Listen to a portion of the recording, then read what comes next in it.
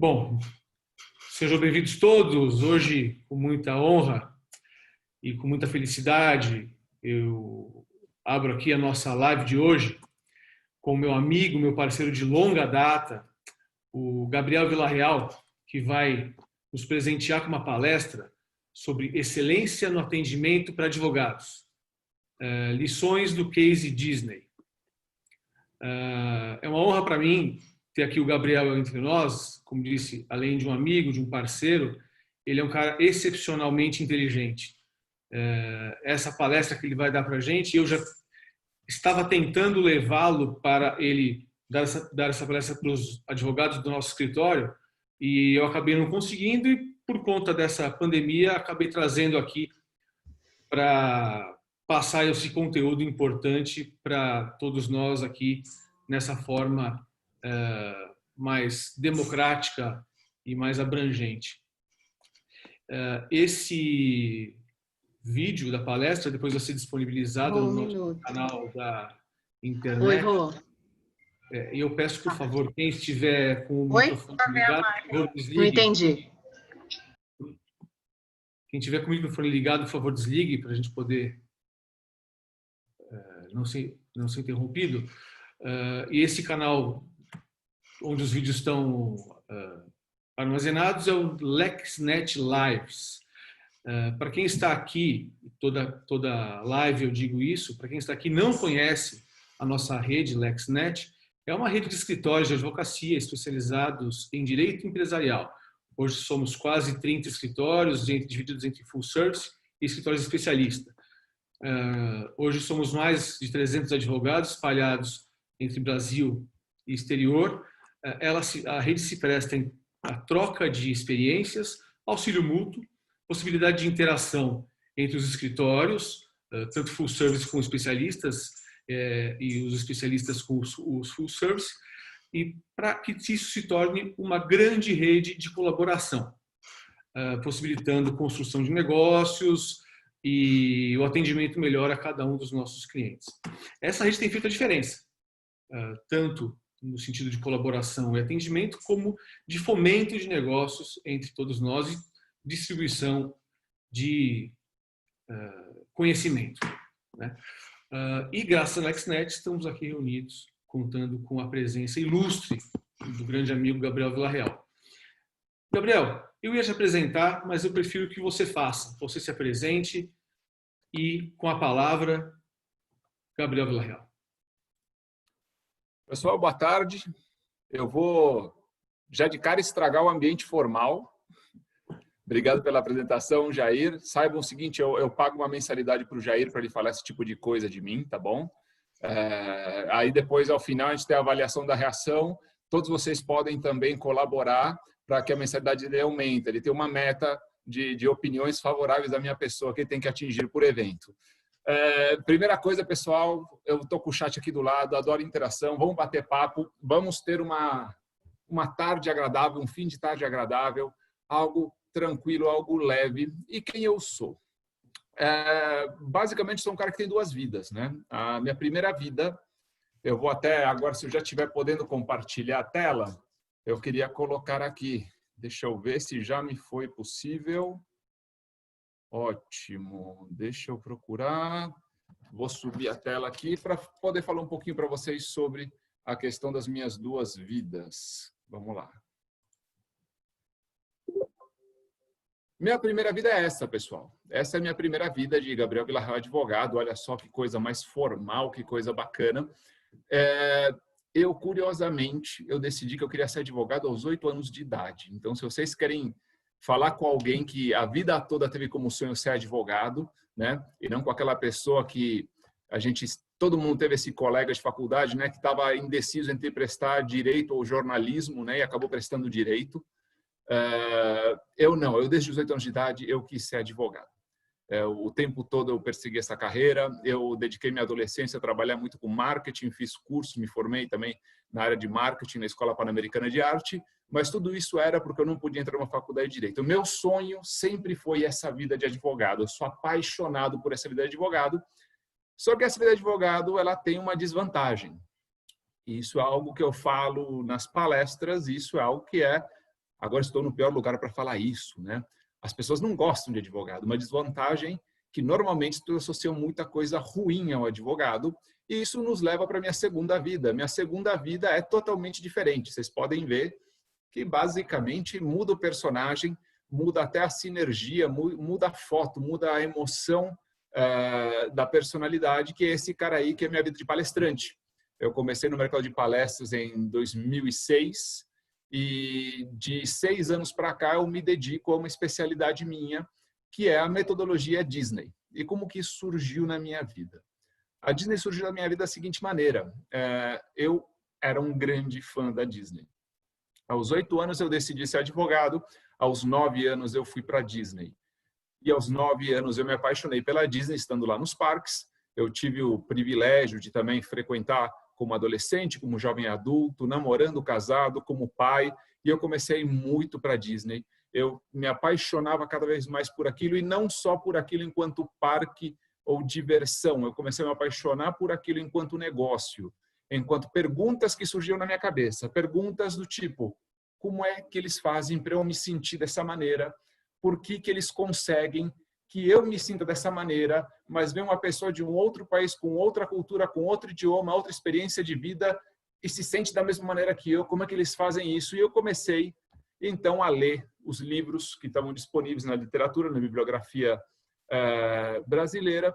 Comecei a ler livros internacionais, fiz um primeiro curso internacional sobre a Disney, e meu grande momento foi quando eu fui estudar dentro da Disney. Eu me formei em excelência de negócios pelo Disney Institute. Então, desde então, conhecendo por dentro, conhecendo a metodologia de forma extremamente profunda, eu gosto de compartilhar isso com empresários aqui no Brasil, porque a grandiosidade disso é ser simples. É muito engraçado como a metodologia Disney é simples. Então, eu tenho essas duas vidas, e vamos falar, então, sobre o que é a Disney. Vamos falar o que é a Disney para depois a gente posicionar na advocacia. Hoje eu quero que vocês saibam, assim, independentemente de a gente falar de magia, de metodologia sobre a Disney, esse eu quero que seja um papo de negócios. Esse eu entendo que é um papo de negócios com pessoas de negócios que não estão aqui também se dedicando uma tarde ao entretenimento, mas sim pessoas que querem também cuidar de aspectos profissionais. Então, podem ficar tranquilos que é um papo focado em business. Dentro da advocacia, eu fundei meu escritório há 15 anos. Aos 25 anos, a gente abriu a portinha e, graças a Deus, estamos firme e forte até hoje, que 15 anos acho que já é uma grande jornada para a gente. Eu lembro que quando a gente fundou o escritório, eu pensava, nossa, imagina quando a gente fizer 5 anos, vai ser sensacional. Nós estamos aqui com 15, isso só significa uma coisa inegável. Eu estou ficando velho. Pessoal, vamos falar de alguns números da Disney. Eu vou parar de compartilhar a tela. E aí eu vou só contando para vocês coisas sobre a Disney, porque eu me apaixono pela Disney. Eu estudei no Case Orlando, tá bom? Lá na Flórida, a Walt Disney World, certo? Todo o complexo Walt Disney World. Vocês fazem ideia de quantos turistas por ano, com exceção de 2020, quantos turistas por ano frequentam a Flórida? Na verdade, frequentam Orlando, a grande Orlando. Orlando, uma cidade que nasceu ao redor do sonho de Walt Disney. E aí eu digo para vocês, nada mais e nada menos do que 75 milhões de turistas por ano. Esse é o número de 2018, publicado em 2019. O número de 2019 ainda não foi publicado por conta da pandemia, porque esse número é divulgado sempre num evento internacional que acontece em maio, que este ano aparentemente foi prorrogado. Mas imagina o seguinte, 75 milhões de turistas procurando a mesma interação, o mesmo propósito, o mesmo destino. Gabriel, 75 milhões é muito ou é pouco? E a gente precisa fazer, então, um corte nesses 75 milhões. Para vocês terem um efeito comparativo, 75 milhões de turistas frequentam uma cidade de 280 mil habitantes. Então, para vocês terem um impacto do turismo per capita, é o maior caso de turismo per capita do mundo, 75 milhões numa cidade de 280 mil habitantes. Que mais? Desses 75 milhões, 90%, ou seja, 68 milhões de turistas são americanos.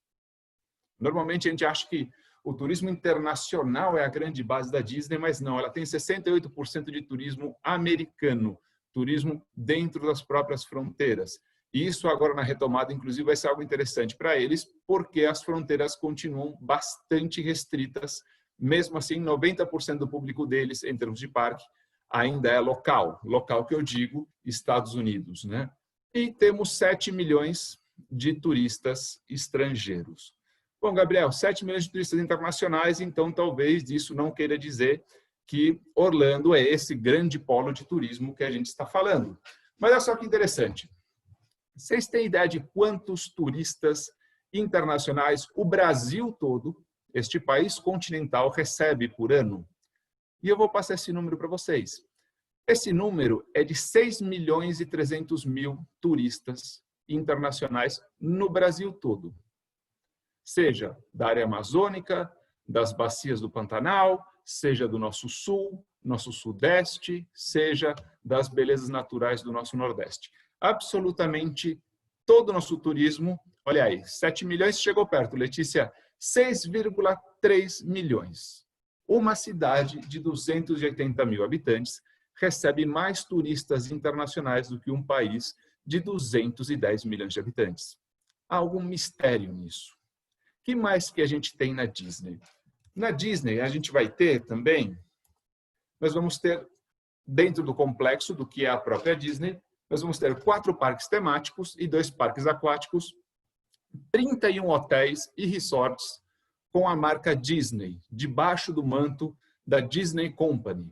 E vamos ter, obviamente, exceção a este ano, que infelizmente é um ano horrível, 150 mil visitantes por dia nos parques Disney, na média diária anualizada, ou seja, se eu dividir o ano por 365, vai dar 150 mil a média diária. Temos dias acima de 200 mil nos parques Disney, os dias de maior lotação, que são necessariamente Natal e Ano Novo. São momentos onde os parques começam a fechar o acesso porque está excedida a lotação e por questão de segurança ninguém mais pode entrar. Então, olha só, 150 mil pessoas todos os dias, e todos os dias mesmo, 365 dias por ano, porque a Disney não fecha. Até a pandemia, até o dia 15 de março de 2020, quando foi determinado o fechamento dos parques Disney, que retornarão agora com restrições dia 11 de julho, até o dia 15 de março de 2020, a Disney tinha fechado somente 7 vezes. Somente 7 dias você amanheceu e as portas da Disney em Orlando estavam fechadas. 7 dias em 49 anos. Vejam só como é este negócio e como é importante que este negócio se cuide para manter esse nível altíssimo de visitação e de recorrência. E aí é o grande ponto que eu gosto de discutir, recorrência. A Disney é a empresa, é o maior case de recorrência do mundo. A Disney tem 80% de recorrência dos seus clientes. O que significa, e eu espero que alguns aqui possam até pelo chat interagir e falar, eu sou um desses, o que significa que se você foi para a Disney uma vez, você tem 80% de chances de ir de novo. Que de 10 pessoas que vão para a Disney, 8 voltam para a Disney. E sabe o que essas 8 fazem? Essas 8 levam alguém pela primeira vez.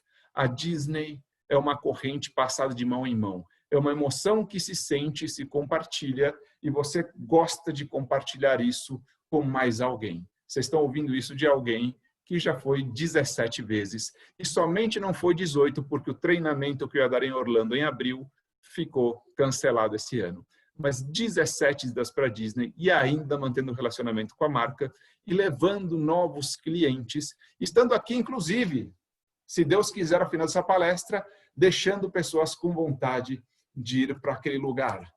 E como que tudo isso acontece? Como é que acontece essa magia? Essa magia não acontece sem querer. Você não consegue ter isso de uma forma que eles dizem orgânica, de uma forma espontânea, de uma forma improvisada. Toda a magia Disney se baseia em controle de processos e conhecimento do cliente. Tudo é monitorado para que entre dentro de um radar. E por que isso? Porque a recorrência para a Disney não é uma questão de escolha, é uma questão de sobrevivência. Eu disse para vocês que 68 milhões de turistas são turistas americanos. A população dos Estados Unidos é de 330 milhões de americanos. Estou dizendo que em um ano, 20% da população americana vai para a Disney. Se estas pessoas não quiserem voltar para a Disney, a vida da Disney tem 5 anos de duração. Isso se todos forem. A cada um que deixasse de ir, a gente encurtaria a vida deste empreendimento. Agora a Disney está aqui, 49 anos de pé e tentando sobreviver à pior crise de todos os tempos, já que para o que é a companhia Disney, a área de parques, representa 1/3 do faturamento global da empresa. Então vocês imaginem o impacto que a gente tem num momento como esse. E aí, quero contar para vocês o quê? As lições que eu aprendi por lá. De repente, e eu vou compartilhar a tela de novo, de repente eu consegui ir estudar na Disney. E eu cheguei à Disney cheio de sonhos e eu cheguei com algo muito claro na minha cabeça. Eu ia ficar milionário. Eu disse, nossa, agora eu vou aprender como empresa, como a gente faz para ficar milionário. Afinal de contas, eu estudava ela enquanto empresa, eu estudava enquanto números, e de repente eu chego lá, num curso que é extremamente caro, muito disputado, tem processo de seleção, eles normalmente 90% ou mais de 90% da sala é de americanos, ou americanos e canadenses, é muito difícil ter estrangeiros por lá. E de repente falei, estou aqui, agora eu vou beber da fonte, estou pronto para ficar rico, estou pronto para levar conhecimento para minha empresa, vou mudar absolutamente tudo, vou ficar milionário. Eu entro na sala de aula, o meu treinador entra, ele vai lá na frente da turma, se apresenta, e a primeira coisa que ele diz é: o objetivo nunca é ganhar mais dinheiro. E nessa hora, eu entro em desespero. Eu começo a pensar, se o objetivo não é ganhar mais dinheiro, por que a gente está pagando tão caro para estar aqui? Por que ele vem com esse papo de o objetivo não quer ganhar mais dinheiro? Eu falei, meu Deus, extremamente decepcionante. Ele faz uma pausa dramática e de repente ele diz, o objetivo nunca é ganhar mais dinheiro. O objetivo é ser uma empresa melhor. Eu falei, pronto, vim para um curso de autoajuda.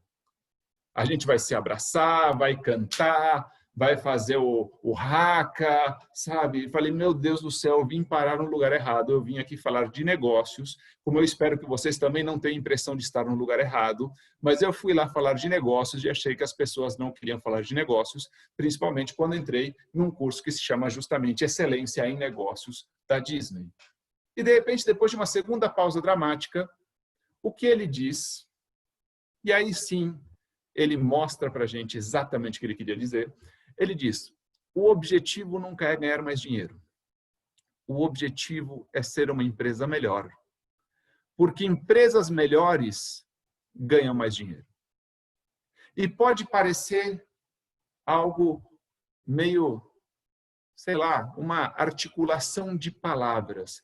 Mas, na verdade, o raciocínio é: empresas melhores ganham mais dinheiro, concordamos? Acho que a gente concorda que empresas melhores ganham mais dinheiro. Acho que isso é fácil de concordar. Mas qual é o problema da gente não fixar isso? Quando a nossa meta é apenas ganhar mais dinheiro, toda a nossa energia está focada em ganhar dinheiro. E aí a gente vai fazer o quê? Aquilo que for necessário para ganhar dinheiro. A gente começa a não pensar em critérios de sustentabilidade, a gente não começa a pensar em formação de reputação, em formação de autoridade, a gente tem um ciclo crescente. Uma empresa que vai sempre se tornando melhor, ela tem um ciclo crescente de receita, onde o ano passado se solidifica e este ano você pode gerar um crescimento. Quando a gente está pensando em ganhar dinheiro hoje, e apenas hoje, a gente não está pensando no futuro. Então, o objetivo é ganhar mais dinheiro. Vamos fazer hoje o que precisamos fazer hoje para ganhar dinheiro hoje. E amanhã? Amanhã faremos a mesma coisa. Amanhã faremos o que for preciso para ganhar dinheiro amanhã.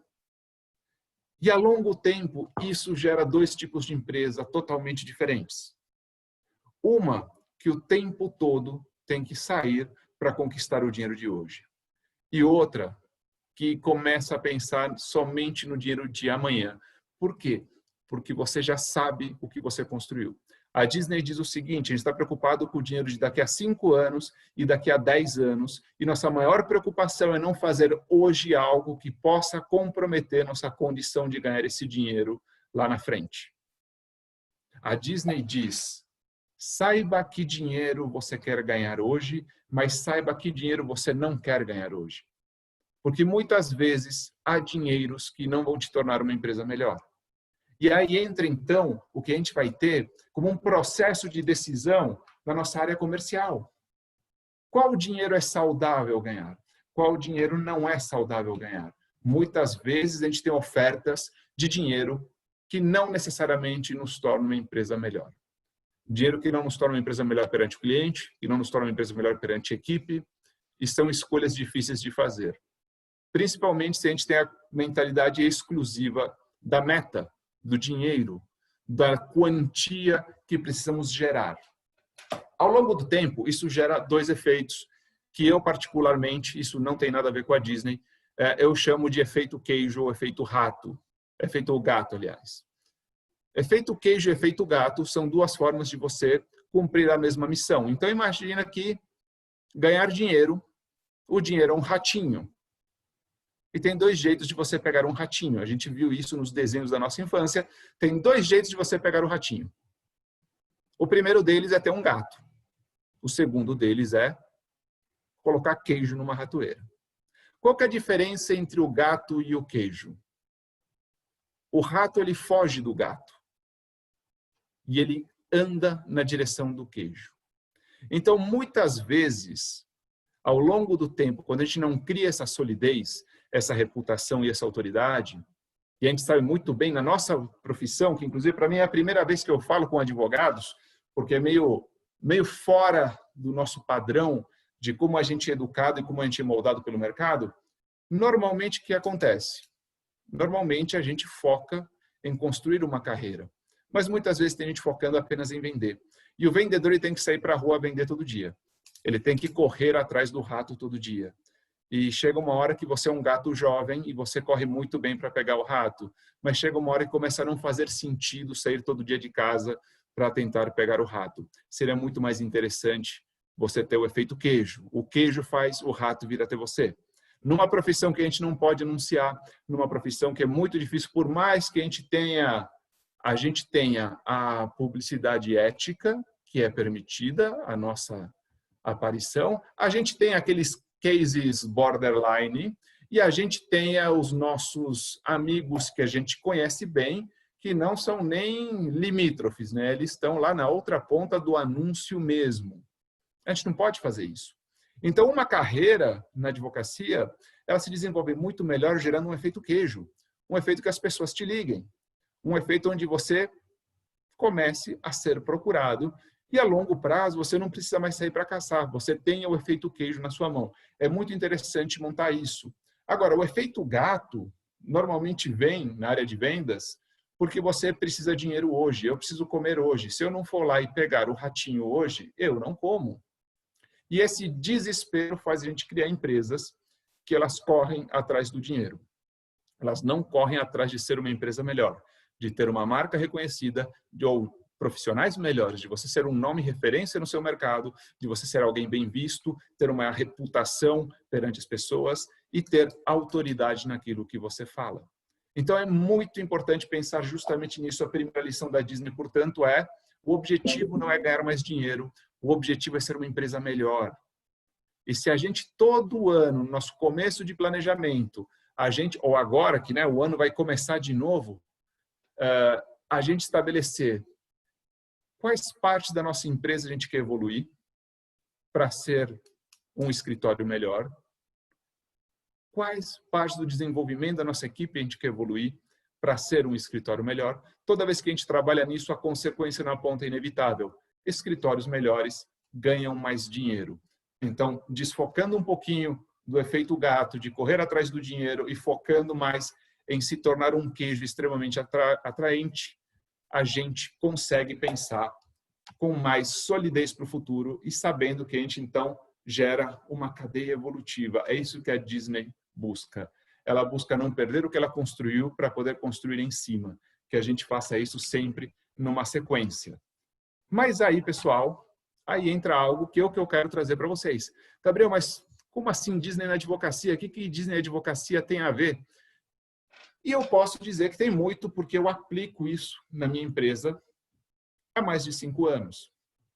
E há mais de 5 anos eu tenho visto uma série de indicadores aqui dentro que não estou dizendo que somos a melhor empresa do mundo, não estou dizendo que pagamos os melhores salários, porque também muito longe disso, não estou dizendo que somos referência no mercado naquilo que fazemos. O que eu estou dizendo é, quando eu meço minha empresa, dentro da minha empresa, tudo faz sentido. A gente gerou uma construção de cultura aqui dentro que nos levou a mudar completamente, radicalmente o relacionamento com o cliente. A gente, hoje em dia, tenta se parecer o menos possível com o escritório de advocacia, por exemplo.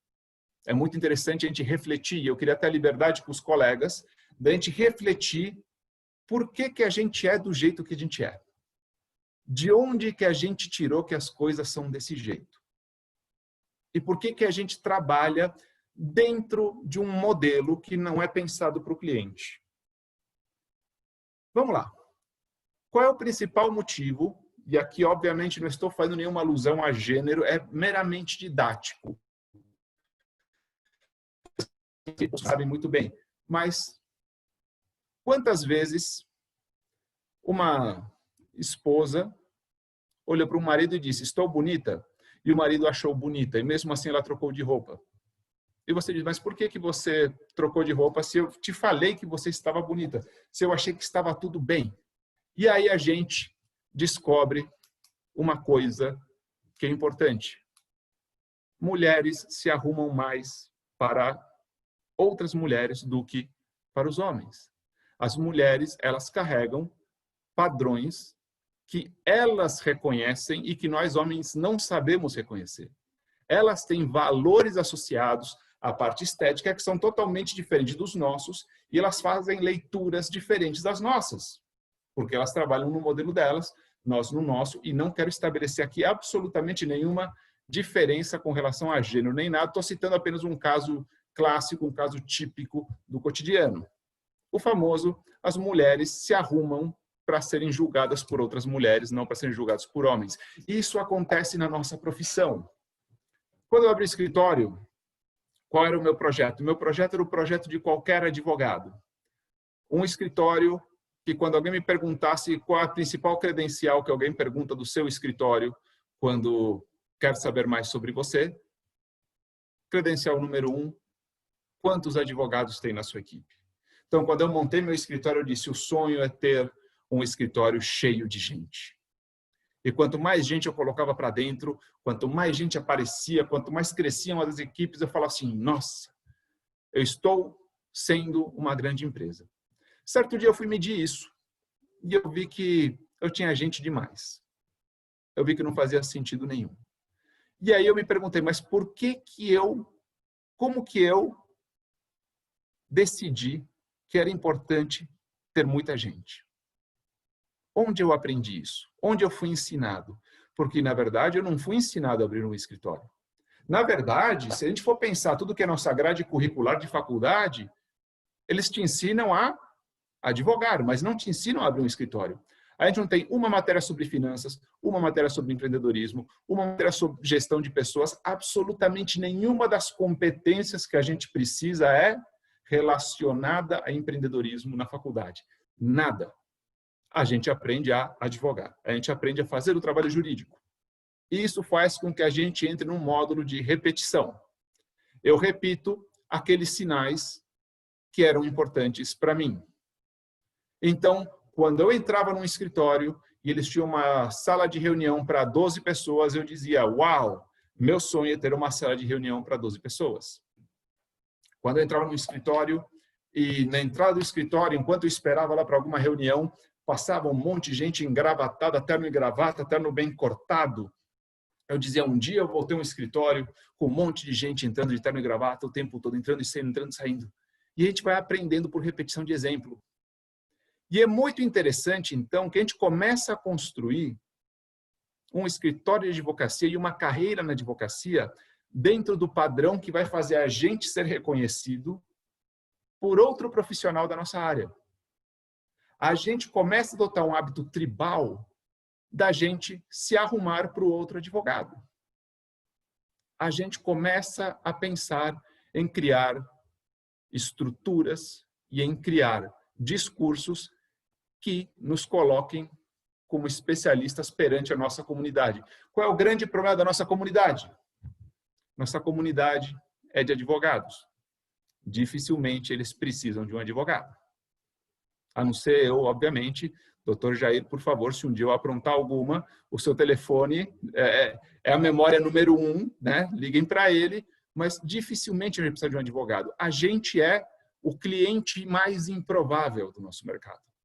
Nós todos aqui nesta sala somos os clientes mais improváveis, mas a gente repete o modelo que a gente admira. Montamos estruturas para serem admiradas por outros advogados. E não falamos, e aqui é algo importante que o Valdemir está falando, sem falar que a gente entra tanto na bolha que a gente só se relaciona com outros advogados. Eu quero que me mande um ok aqui quem namora ou é casado com uma advogada. Eu sou o primeiro da lista, já fiz minha parte, eu deixo para vocês de mandar um ok aqui no chat. Quem, por favor, puder compartilhar, só para a gente fazer um teste. A gente anda com advogados. E aí, quando você abre um escritório e começa a ter sucesso no escritório, qual é a pergunta que todos os seus amigos fazem? Eles chegam perto de você e falam assim, me ensina a arrumar cliente, porque nós temos uma estrutura que produz pessoas para tarefas, mas não prepara pessoas para empreender. E o que eu quero trazer com isso? O que eu quero trazer com isso é, na verdade, tudo o que a gente faz não leva em consideração uma pessoa que é muito especial para a gente, chamada cliente. Curiosamente, o que eu fiz de mais de 5 anos para cá? Eu comecei a deformar o meu escritório, a fazer ele diferente. Eu comecei a pensar quais são os valores do meu cliente. Eu comecei a analisar, a perguntar, a enviar formulários para os clientes, a me relacionar diferente com ele, não como advogado. E sobre isso que eu vou querer falar hoje, sobre como a gente desconstrói algumas práticas repetitivas que a gente tem no mercado e que elas não nos tornam atrativos pro cliente em si. E temos variados clientes. Vamos lá? Já vimos na primeira lição, o objetivo nunca é ganhar mais dinheiro, correto? Vamos lá, então, para a segunda lição, porque a segunda lição, para mim, é muito importante. E na segunda lição, aí eu quero que as pessoas respondam rapidinho pelo chat. Aqui vai ser tudo interativo, tá bom, pessoal? Mas é muito fácil responder isso. Para a segunda lição, eu preciso fazer uma pergunta para vocês. O que Disney significa para você? Uma palavra, só coloca uma palavra no chat. Eu vou parar de compartilhar a tela para poder ler o chat, mas vamos lá. O que Disney significa para você? Olha só, magia, magia, magia, sonho. Olha só que interessante. Pessoal, toda vez que eu faço isso, e eu fiz isso em plateias gigantescas, eu ouço exatamente essas palavras. Sonho, diversão, infância, felicidade. E veja só. Toda vez que alguém me responde o que Disney significa para você, a pessoa me responde com uma emoção. Emoção positiva. Está aqui do lado de vocês. Ninguém me responde racionalmente e ninguém me responde negativamente, com exceção de uma pessoa. Numa das primeiras palestras que eu dei sobre esse tema, quando eu fiz uma pergunta, um rapaz respondeu que Disney para ele significava imperialismo americano. Tudo bem? Esse é o que eu chamo de coração gelado. Esse é o cara que quando vai para Disney é o que mais chora. Acontece bastante. Minha esposa não queria ir para Disney de jeito nenhum. Hoje em dia, a tristeza dela, por exemplo, este ano não vamos para Disney, então ano que vem vamos pelo menos 2 vezes, né? Mas vamos lá. Olha só que interessante, pessoal. A gente parte do pressuposto que há uma série de decisões que o cliente toma de maneira racional. E a gente, então, começa a se vestir de elementos racionais para o cliente. Vocês acham que o cliente vai tomar a decisão racional. Mas vamos começar a quebrar alguns paradigmas aí. Vamos sair da nossa profissão e vamos pensar na medicina. Eu estou com uma imagem estranha aqui no no meu abdômen, fiz ultrassom de abdômen e falei assim, ó, tem um negócio ali. Pego meus exames, vou no profissional número 1. O profissional número 1 me diz, doutor Gabriel, lamento lhe informar, o senhor está com câncer. É um câncer muito agressivo, ele é tratável, porém dificilmente curável. Eu saio de lá arrasado. Qual é a primeira coisa que a gente faz depois de sair do médico? Procurar uma segunda opinião. Vou no segundo doutor.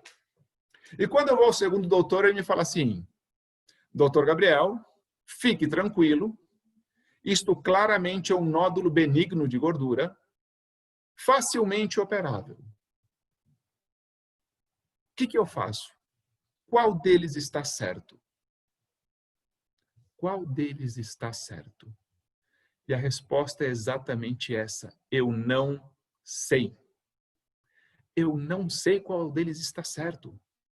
E a gente tem que começar a entender, houve uma terceira opinião. Aí a gente vai numa terceira opinião e faz um 2-1. E a terceira opinião é o nódulo benigno de gordura. E voltamos para casa tranquilos. Mesmo que a gente opte por uma decisão, a gente não fica tranquilo. Qual é o problema ali? Vamos trazer para a advocacia. A gente precisa entender que o cliente não sabe que o advogado está certo. A primeira coisa que a gente tem que romper é que o cliente nos avalia por uma estrutura racional. Pergunto aqui, quantos de vocês sentaram à mesa com o cliente e o cliente em algum momento, não digo nem a primeira pergunta, em algum momento da reunião, lhe perguntou, doutor, eu gostaria de saber em que faculdade o senhor se formou, quais são as suas titulações e os seus 5 maiores clientes? Alguém? Pô, mas... Então, como é que o cara toma essa decisão, pessoal? Como é que alguém toma uma decisão dessas de me contratar? Vocês sabem qual foi a maior dor que eu tive, que por isso eu resolvi mudar completamente o meu escritório? Eu tinha um escritório de 300 metros, com um probleminha. Era em 3 andares, 100, 100, 100. E no nosso andar social, quando o nosso cliente chegava, ele via 100 metros. E ele não entendia que a gente era um escritório de 300 metros. E eu só fui perceber isso quando um caso aconteceu. Uma cliente nossa que fazia alguns jobs com a gente, certo dia ela foi ser incorporada por uma grande empresa. E ela, como nos conhecia, doutor Gabriel, queria uma proposta. Mandamos uma proposta para ela. Mandamos uma proposta para ela, de repente eles disse, não, optamos por outra contratação. E lá foi. 2 anos depois, essa cliente me procura, porque ela está sendo desincorporada, ela quer rescindir a incorporação. O projeto deu errado. E ela volta com todos os documentos jurídicos que foram feitos naquela época. Eu leio tudo para assessorar ela e eu vejo que é uma grandíssima porcaria tudo que foi feito e que ela não recebeu uma assessoria adequada. E não é uma questão discutível, tá bom? Não estou falando de questões de opinião, estou falando de questões até padrão, de assessorias padrão. E de repente eu olhei isso e eu estava assim com aquele papelzinho que a gente guarda, chamado Eu Te Disse, né? Junto com o Eu Te Disse, eu tinha grampeado um outro que falava o barato sai caro. E eu cheguei para ela e falei assim, olha, eu não tenho problema nenhum em te ajudar na desincorporação, mas... confesso para você que eu fiquei extremamente chateado de não ter participado do processo de incorporação, inclusive porque eu teria te poupado dos problemas que você vai ter agora para fazer a desincorporação. Então, eu queria te perguntar que escritório te assessorou e quanto você pagou, se você me der liberdade. E ela me falou o escritório e ela me falou o valor. Pergunta, foi mais caro ou mais barato? E eu posso dizer para vocês, foi o dobro. E isso que foi o meu despertar. Por que a minha cliente pagou o dobro por um serviço porcaria com uma pessoa que claramente não tinha qualificação para fazer aquilo? Porque ela não sabe ler a qualificação. Ela não sabe se a opinião é correta ou errada. E nesse dia eu entendi, porque eu já estudava a Disney, que o cliente toma decisões falsamente irracionais, porque ele vai se guiar por outras coisas. E eu entendi que provavelmente aquele cara tinha um escritório mais suntuoso que o meu, e isso para ela era um sinal de, ó, o escritório do cara é mais bonito, é mais elegante e é maior. Deve ser um melhor advogado. E ele cobra o dobro. Deve ser um melhor advogado. Tudo estava lá para tomar decisão. E eu fui ver que nesse dia não era a minha experiência que fazia eu fechar negócio. Não era a minha titulação. Não era a minha capacidade. Eu entendi que existem atributos extra-campo, extra-jurídicos, que a gente precisa preparar para entender o cliente. Então, olha só que interessante. A primeira coisa que eu fiz foi o quê? Eu mudei. Mudei para quê? Jair conhece aqui o escritório, depois vocês podem pedir para ele criticar, né? Mas eu não convido mais ele aqui, tá bom? Mas eu mudei aqui para uma laje de 300 metros, no coração da Vila Olímpia. Andar inteiro, nada de conjunto, andar. O cliente chega aqui, eu tenho sala grande, o cliente chega aqui e vê espaço, vê 3 salas de reunião, vê sala grande, bonita, suntuosa. A gente tem aqui atrás até o nosso recanto do café, frigobar e tudo para atender o nosso cliente. E de repente, sabe o que acontece? Curiosamente, o meu índice de fechamento de negócios aumenta. E aumenta por quê? Aumenta porque o cliente não tem a menor ideia se eu sou um melhor ou um pior advogado ou se eu sou apenas uma pessoa que fala bem. Mas ele começa a identificar atributos irracionais como esse cara é bom. Esse cara é bom pelo bairro que ele está, esse cara é bom pelo local que ele está, esse cara é bom pelo ambiente que ele tem, esse cara é bom por uma série de outros padrões que não necessariamente técnicos. Deixa eu perguntar para vocês. Essa pergunta é ótima para fazer aqui. Eu não estou preocupado com o tempo hoje, porque é papo entre amigos. Só, sei lá, manda um joinha, um ok, alguma coisa aqui. Quem tem um amigo muito menos qualificado que ganha mais dinheiro? Quem aqui tem um amigo que você diz, meu, como é que esse cara ganha dinheiro, ganha mais dinheiro que eu, se ele é muito menos qualificado que eu? Eu comecei a entender isso. Eu comecei a entender sobre o comportamento irracional do cliente, porque o cliente não sabe o que é certo e o que é errado. Para o cliente só tem uma coisa, confiança. Quando ele confia em você, é com a sua opinião que ele fica. E aí a gente tem que se preparar, então, o quê? Para trazer a confiança. E aí entra, então, a segunda lição, que tem a ver com emoções.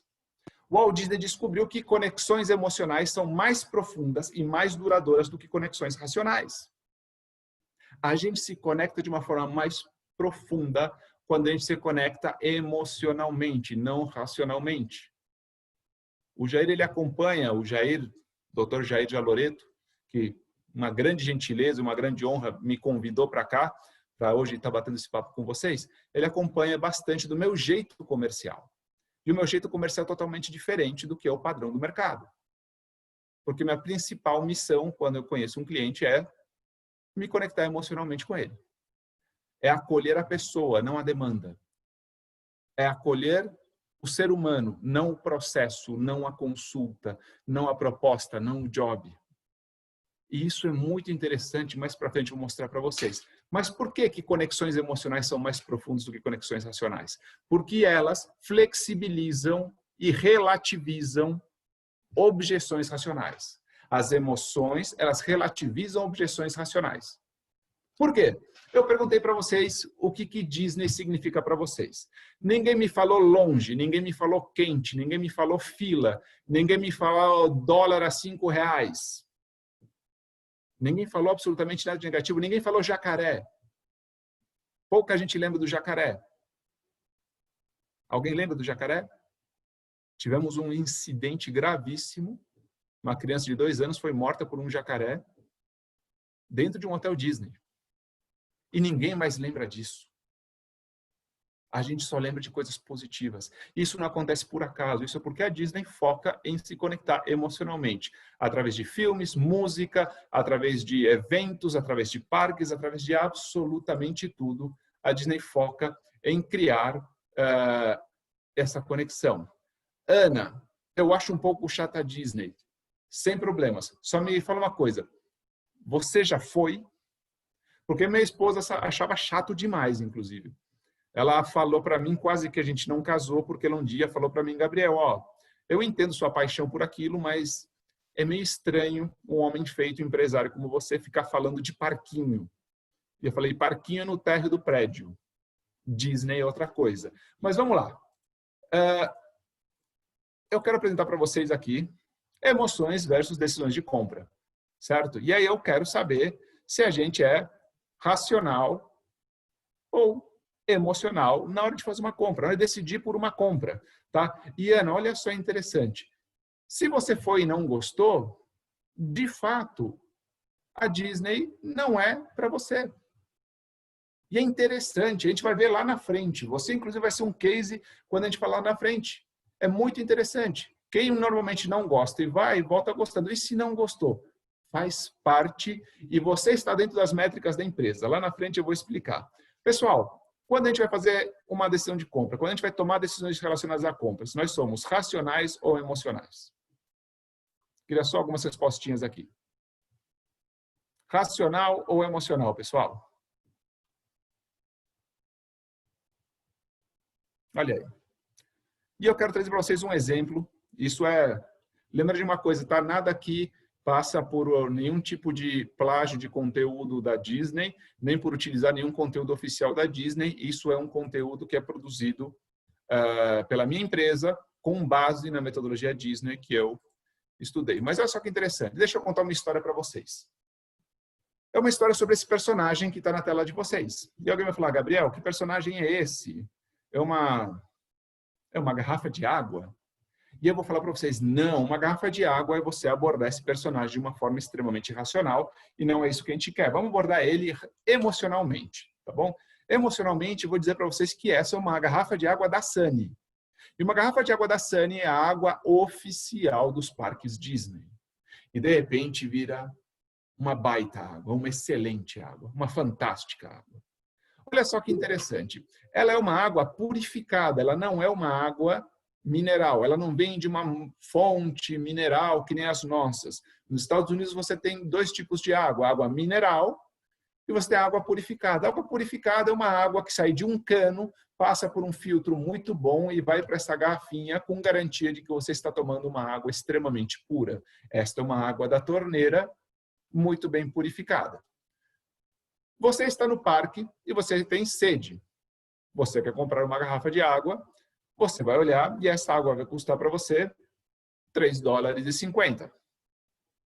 E o que você faz?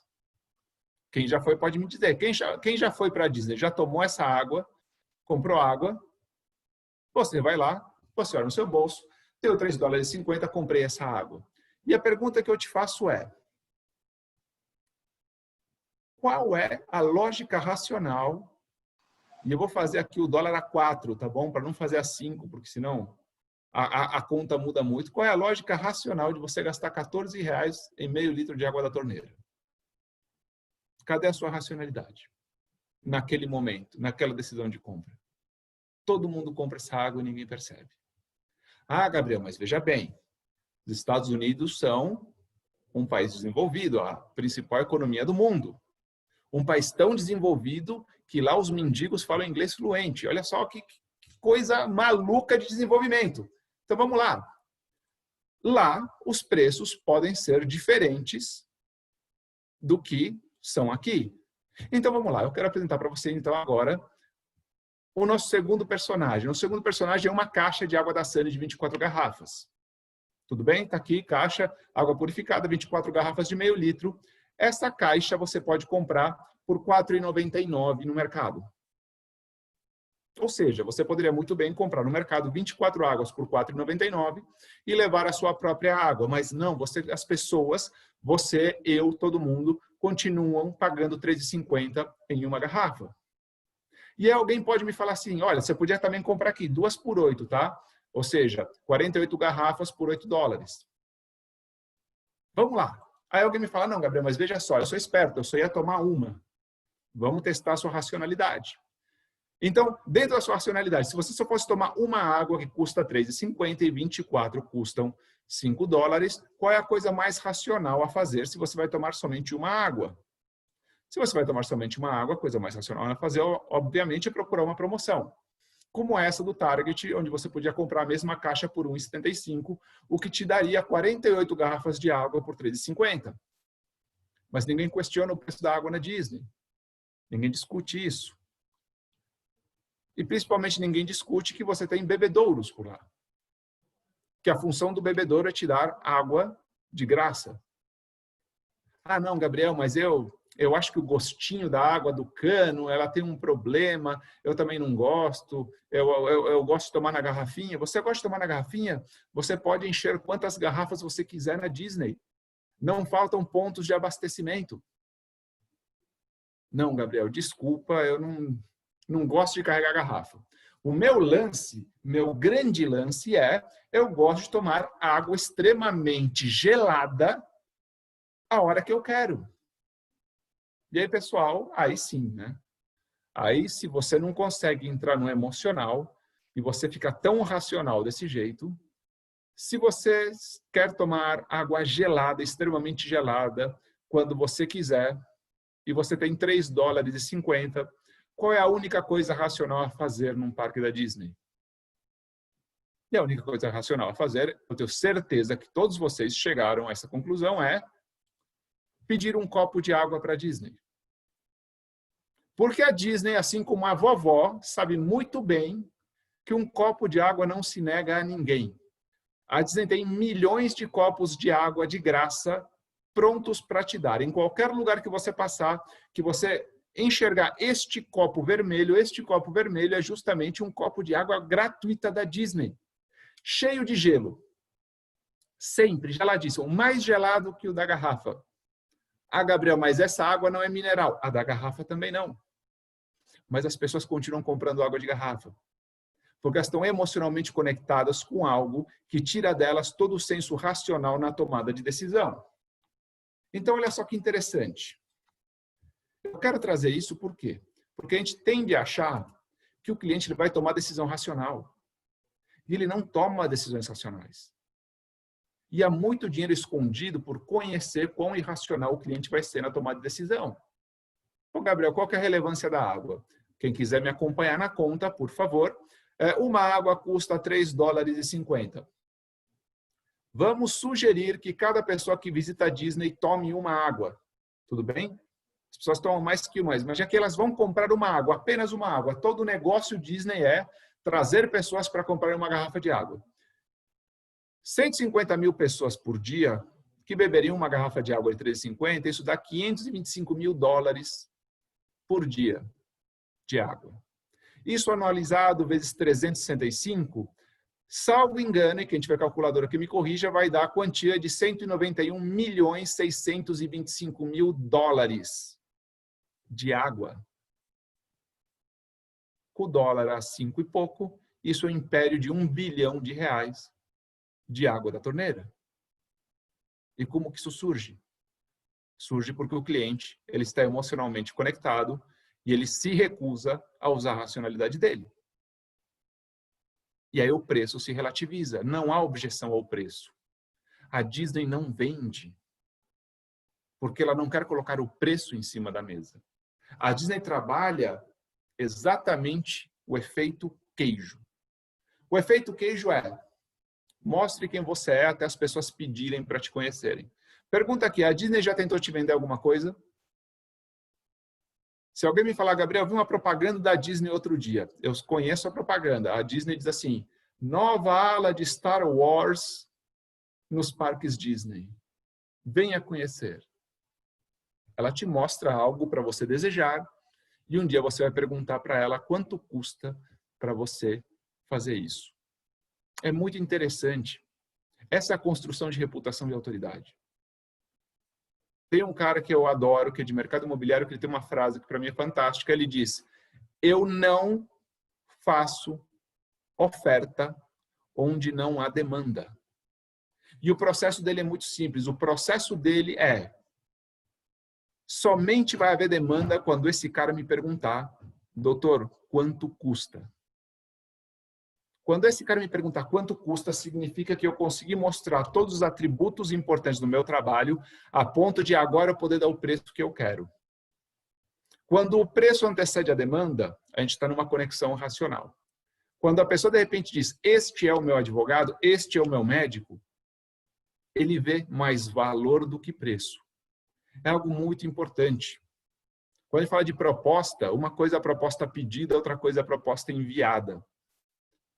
A gente tem algo que a gente aprendeu também, algo que eu uso aqui bastante, de novo, estou batendo papo com liberdade, porque eu estou entre colegas. Uma das coisas que eu aprendi é nunca, numa reunião que não seja paga, dê informação para o cliente. Qualquer cliente que entra por essa porta, dou tudo quanto é informação. Obviamente, nada que resolva o problema dele. Mas eu acalmo ele, eu digo, tem jeito, você pode fazer isso, você pode fazer aquilo. E ele falou, mas doutor, eu não teria que pagar? Não, você vai pagar pela solução, mas eu estou te falando. Gabriel, não acredito, você não cobra para falar opiniões suas? Não, não cobro. Mas o problema é que nesse bate-papo o cara vê que eu sou a pessoa que pode resolver o problema dele. Porque a dúvida que o cliente tem é, este cara vai resolver o meu problema? E aí, este cara faz o quê? Ele diz, para eu te contar se eu resolvo o teu problema, eu tenho que te cobrar. E o cliente diz, então eu não sei se ele resolve o meu problema. Quando eu mudei esse padrão de atendimento, eu criei 2 padrões. Primeiro, cobre caro. Segundo, se for cobrar barato, faça de graça. 2 padrões que eu coloquei aqui no escritório. Quando o cliente me diz, não, doutor, porque eu só tenho isso, eu olho e falo assim, quando o valor não me agrada, eu digo, eu vou te ajudar e não vou te cobrar nada. Porque o dinheiro dele é bastante baixo, não vai justificar a contrapartida da minha responsabilidade profissional, e se eu cobrei, eu dou o direito dele me ligar e me exigir tudo aquilo que eu lhe devo. Doutor, o senhor acertou um preço comigo e eu lhe paguei. Então, se o preço não está dentro do que eu quero e eu quero muito ajudar a pessoa, eu prefiro pegar a gratidão dela e apostar na gratidão, que é uma aposta difícil no nosso país, do que no dinheiro. Então, pessoal, olha só que interessante. Vamos parar de focar na racionalidade de eu tenho uma técnica, eu sou um fazedor de tarefas, eu tenho como cumprir tarefas com extrema excelência e vamos não ser apenas excelentes nas nossas tarefas, mas vamos ser excelentes em cuidado de pessoas. Porque não há nada que conecte mais emocionalmente do que advogado e médico. Afinal de contas, ninguém queria estar aqui. Ninguém quer estar no nosso escritório. É muito difícil para eles terem um problema. Então, sempre é uma demanda emocional muito grande. E quando a gente, então, ao invés de pegar processos, a gente pega pessoas, quando a gente dá essa acolhida, a gente gera recorrência e a gente gera um multiplicador. A gente gera um recall de marca. A gente gera que quando alguém está numa mesa e fala, preciso de um advogado, a pessoa faz o que normalmente se faz quando alguém diz, preciso de um médico. Coisa clássica de mesa, preciso de um médico. Nossa, cara, preciso fazer meu check-up, vai no meu médico é o melhor. Quem já teve um amigo que fala, vai no meu médico, meu ortopedista ele é o melhor. Não, meu cardiologista ele é o melhor. Pergunta, que base científica, técnica ou racional você tem para fazer essa afirmação? Nenhuma. Ele é o melhor porque ele me transmite confiança. Porque eu sinto a preocupação dele comigo e eu sinto a preocupação dele em cuidar da minha saúde. Pensem nisso porque é um paralelo muito válido. E aí vamos para a nossa terceira lição. Então, se a gente já entendeu como as coisas funcionam, vamos para a nossa terceira lição rapidamente, que é sua marca é uma promessa a ser cumprida. Você tem que entender que você não pode andar aleatoriamente por aí. Que sua marca representa alguma coisa. O seu cliente espera alguma coisa quando ele associa a sua marca ao seu discurso. Como é que a gente vai fazer isso? Existem 3 focos que a gente tem que controlar. A gente tem que criar formas de controlar. Primeiro, a expectativa que a gente gera. Segundo, qual é a promessa que a gente faz? E terceiro, qual é a experiência que a gente fornece? Ou seja, o que a gente entrega. Porque se eu estou pegando um cliente que vem com uma expectativa diferente daquilo que eu estou disposto a prometer para ele, já não casou. Se eu tenho um cliente que a expectativa dele é igual à minha promessa, mas eu não entrego aquilo que eu prometi, também não casou. Para a gente chegar na excelência, a gente precisa de um perfeito alinhamento entre expectativa, promessa e experiência. E normalmente a advocacia tem uma queda muito grande na experiência. A gente tem uma promessa muito forte na mesa de negociação e, ao longo do tempo, a qualidade da experiência cai. Porque muitas vezes a gente assina um contrato e a gente tem que ficar 5 anos com o cliente para desenvolver uma demanda que para ele é extremamente importante, mas no nosso acervo de milhares de demandas acaba sendo só mais uma, mas para ele é a única. Então, pessoal, vamos falar de marcas e aí eu vou fazer rapidinho uma brincadeira para entender sobre expectativas e promessas e experiências. Isso daqui é uma marca. Sem demérito algum a marca, isso daqui é uma marca, concordam? E aí eu vou falar para vocês, olha essa marca e me diz, o que essa marca está te prometendo? E eu pego uma marca que não tem muito anúncio para ninguém falar, ah, não, eu ouvi a promessa. Não, a marca promete até quando ela não fala nada. Mas, resumindo, o que essa marca, quando você olha para ela, te promete o quê? Roupa limpa por preço baixo. Concordam que é roupa limpa por preço baixo? Se alguém quiser mandar um ok, roupa limpa preço baixo. É isso que eu estou vendo nessa marca. Aí imagina, eu chego em casa, eu pego uma camisa do mais fino algodão branco, lavo com esta marca. Quando eu tiro da máquina, a axila da camisa está amarelada. Minha pergunta é, eu estou frustrado com essa marca? E obviamente que eu estou frustrado. Obviamente que eu estou frustrado. Mas se eu fosse discutir com a marca, essa marca poderia me falar o seguinte, veja só, doutor, nosso mercado é roupa limpa a preço baixo. Se o mercado que o senhor está procurando, se a sua expectativa é de roupa branca, o senhor deveria ter procurado outra marca. Há um desalinho entre a sua expectativa e a minha promessa. Porque a promessa dessa marca é totalmente diferente. E essa daqui eles repetem, falam, a gente está cansado de ouvir e eu vou reproduzir para vocês aqui. A promessa dessa marca é a seguinte. O branco mais branco. Como faz? Como mostra? Essa daqui é o branco mais branco. Fim de papo. O branco mais branco. Lá é roupa limpa por 1 quilo de roupa limpa, 1 quilo de pó de limpar roupa por R$6. Isso daqui é 1 quilo do branco mais branco por 12.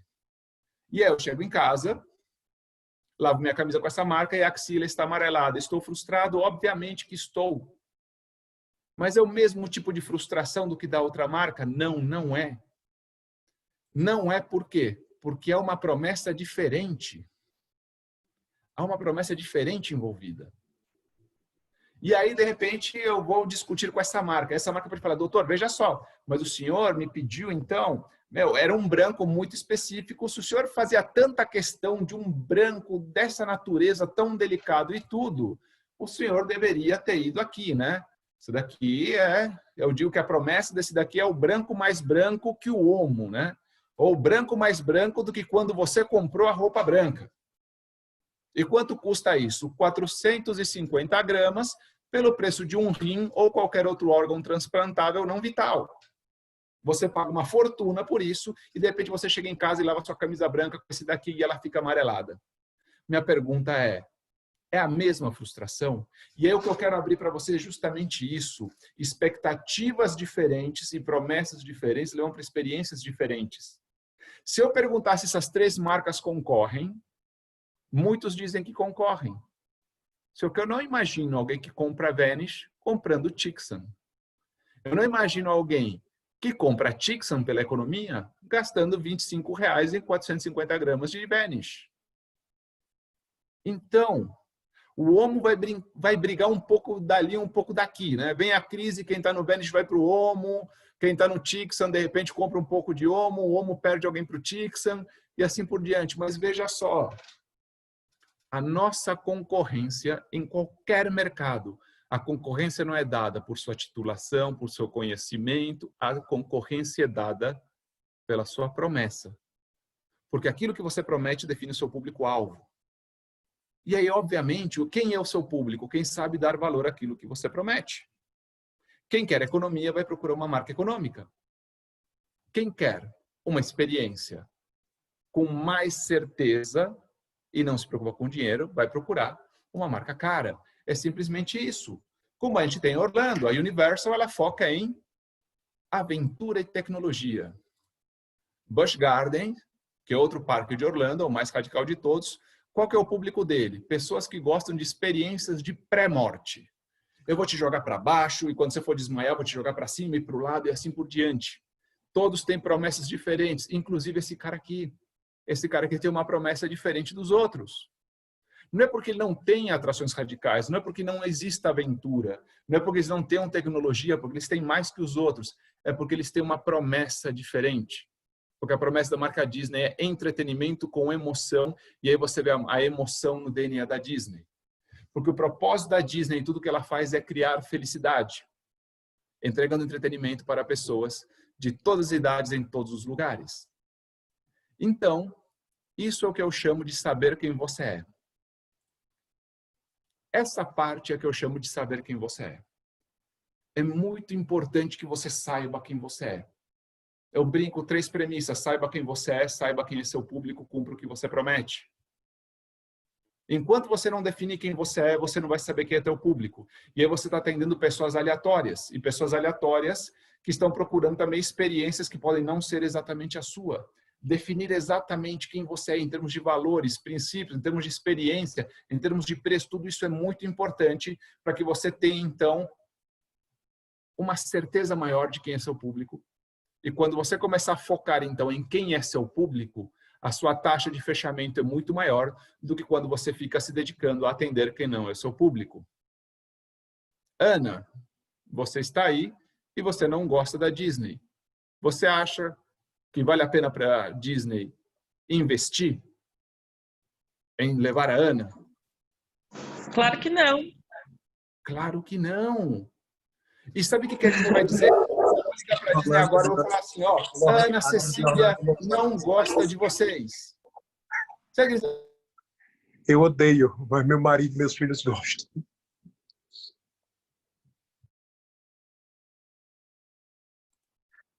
Você está sem som, Gabriel. Alguém me mutou. Eu fui mutado. Agora voltei. Pessoal, a Disney fala, tudo bem, não é meu público.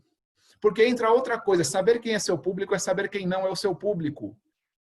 E saber que você perde tempo e dinheiro agradando quem não é seu público. E isso desagrada o seu público, porque muda quem você é. Então, pessoal, vamos focar em o que a gente promete. Eu, por exemplo, aqui, hoje em dia, o quê? Meu foco de cliente é um cliente que queira se relacionar de uma forma mais próxima, que ele queira ter um amigo advogado.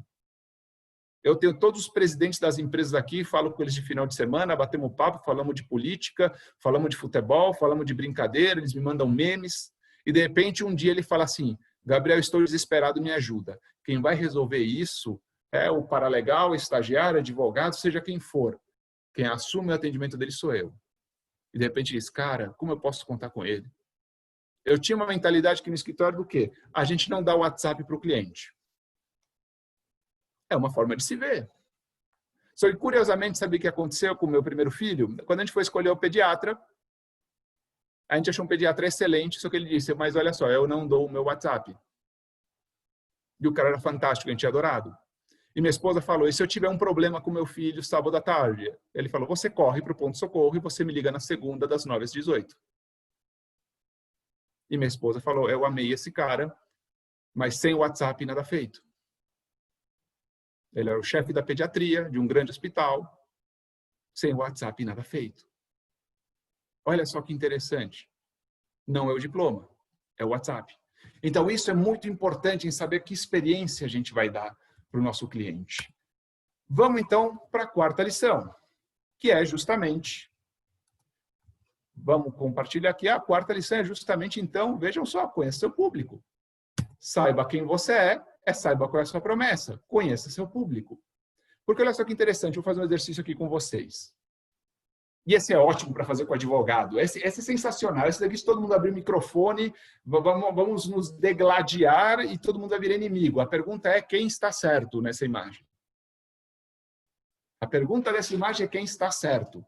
Né? E não aceito respostas como certo está aquele que me contratar, né? Porque essa normalmente é essa posição, né? O nosso cliente está sempre certo. Mas olha só que interessante. Algo que a gente aprende na faculdade, eu digo que a faculdade de Direito, a gente demora 5 anos para aprender a resposta que tudo responde. E qual é a resposta que tudo responde? Uma palavra que responde absolutamente tudo? Depende. Depende do ponto de vista.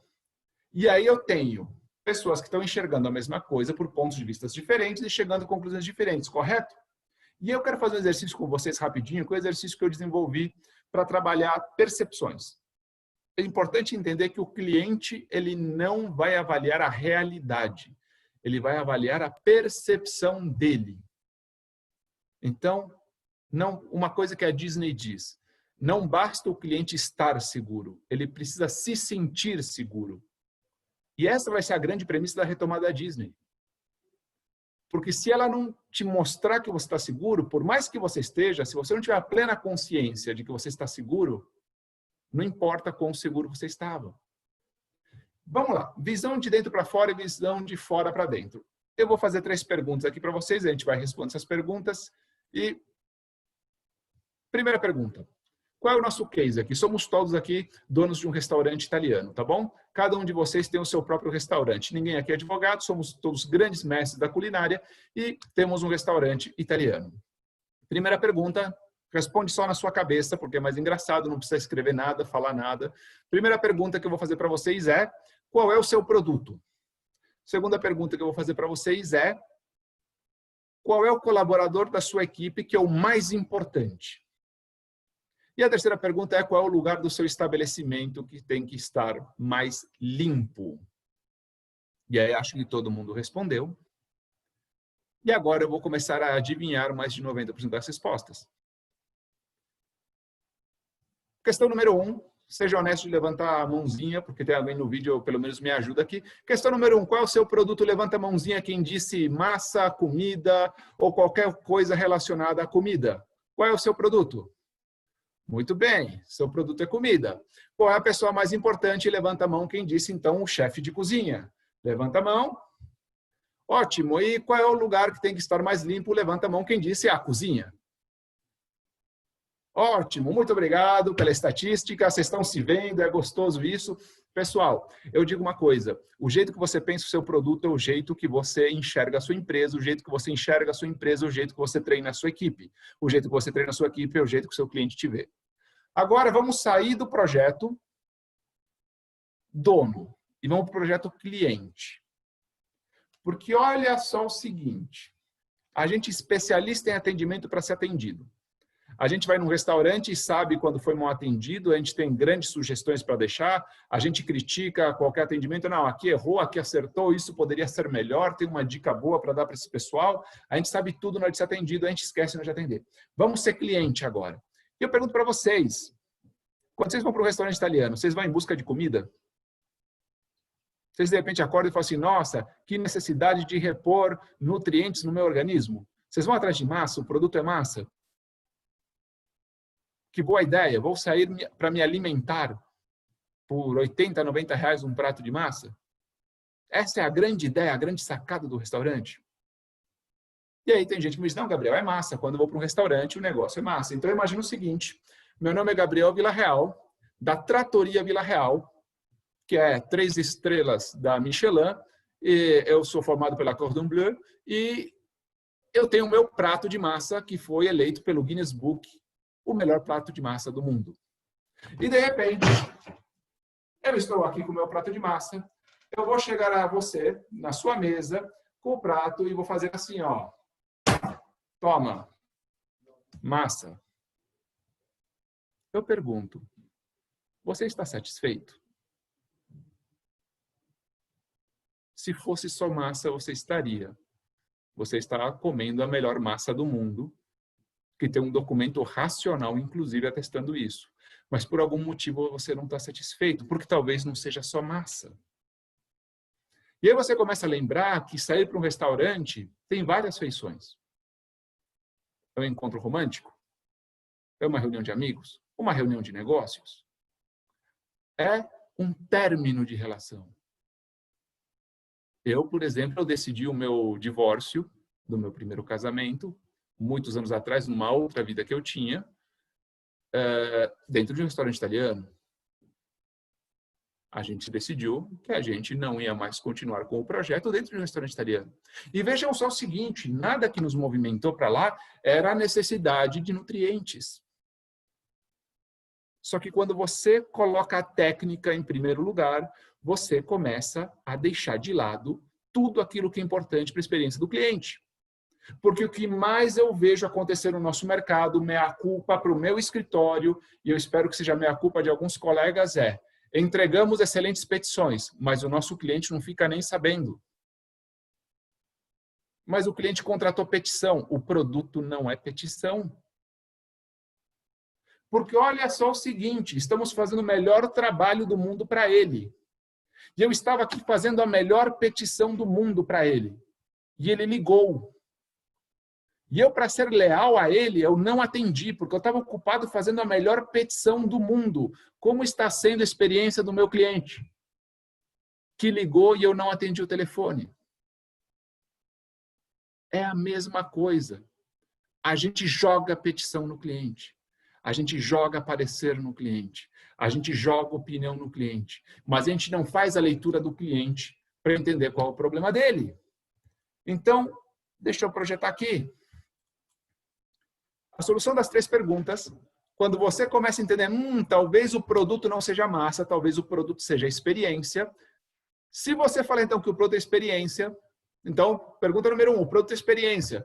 Quando a pergunta a resposta da pergunta número 1 é a experiência, olha só como as outras mudam. Então, a pessoa mais importante é o garçom, que é quem conduz a experiência do cliente. Não é o chefe. Pergunta, quantas vezes vocês interagiram com o chefe de cozinha nos restaurantes que vocês frequentam? Quantas vezes ele foi importante para vocês? Não foi. Agora, naquilo que eu chamo de visão de dentro para fora, a visão de dentro para fora significa você projetar no seu cliente o que é importante para você. Então, para mim é importante falar termos em latim, falar termos em inglês, estrangeirismos. Para mim é importante chegar para o cliente e falar assim, veja bem, de acordo com o artigo 1347, e o cliente vai falar, não entendi, eu parei no 1000, eu não entendi nem o 300. Eu não sei de que ele está falando, não, mas veja bem, isso é uma diferença clara entre o direito, o common law e o civil law. E o cliente está olhando e falando, meu Deus do céu, eu não estou entendendo nada do que está acontecendo. Esse cara deve ser muito inteligente. Só que eu não entendi nada. Porque o produto não é técnica. A técnica é a obrigação. Mas a experiência do cliente não se dá pela técnica. O resultado lá na frente se dá pela técnica, mas até o resultado, toda experiência acontece. Lá na frente a gente pode ter sucesso, mas um sucesso após reiteradas frustrações não dá fidelização, não dá recorrência. Tudo bem? Olha só, quando o produto é massa, a pessoa importante é quem faz a massa e o lugar mais limpo é onde a massa é feita. Quando o produto é experiência, a pessoa mais importante é quem atende o cliente. E o lugar mais limpo, sabe qual que é? O banheiro. Não, Gabriel, o lugar mais limpo tem que ser a cozinha, sempre. Vamos olhar de fora para dentro. O salão é uma obrigação, né? O salão tem que estar limpo para receber. Agora, olha só que interessante esse paralelo banheiro-cozinha. Quantas vezes vocês visitaram a cozinha? Quantas vezes vocês foram ao banheiro? Se a cozinha estava impecável e o banheiro estava nojento, o que você pensa do estabelecimento no geral? Nojento. Sujo. A cozinha deve ser suja. Cozinha limpa com banheiro sujo significa cozinha suja. E olha só que interessante, a cozinha estando suja com um banheiro impecável, você sai de lá falando assim, acabei de almoçar no lugar mais limpo que existe. E isso é importante. Isso é muito importante, porque a nossa técnica fica na cozinha. Nosso servidor, nossos programas, toda a nossa qualidade tecnológica, nossas baias infindáveis, tudo aquilo que a gente tem muito orgulho de ser, está dentro da nossa vaidade enquanto advogados. E o segredo não é de projetar isso no cliente, o segredo é a gente projetar do cliente para a gente, o que esse cara valoriza e como é que ele encontra o valor dele na minha experiência. Isso é um ponto importante. Por quê? Porque segundo o Walt Disney, você não constrói para você. Você sabe o que as pessoas querem e você constrói para elas. Então você precisa saber quem você é e que pessoas são teu público, porque você domina o que elas querem. Não, Gabriel, eu acho interessante esse papo seu de emoções, mas os meus clientes são pessoa jurídica. Até vou tirar daqui, vou parar de compartilhar. Eu quero ver a cara de vocês. Me levanta a mão, alguém que estava com essa. Gabriel, tudo muito legal, mas o meu cliente é pessoa jurídica. E aí eu digo, não existe pessoa jurídica. Seja nos livros de teoria geral das sociedades, é uma ficção jurídica.